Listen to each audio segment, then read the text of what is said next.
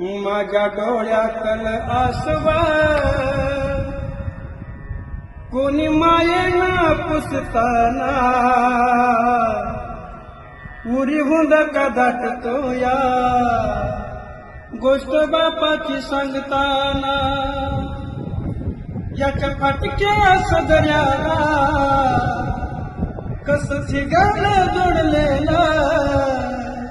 उभ्या आयुष्याला याने कशी कातर लावलेली मला कसं तरी होत या कुणी बाबा म्हणताना उरी हुंदका दाटतो या गोष्ट बापाची सांगताना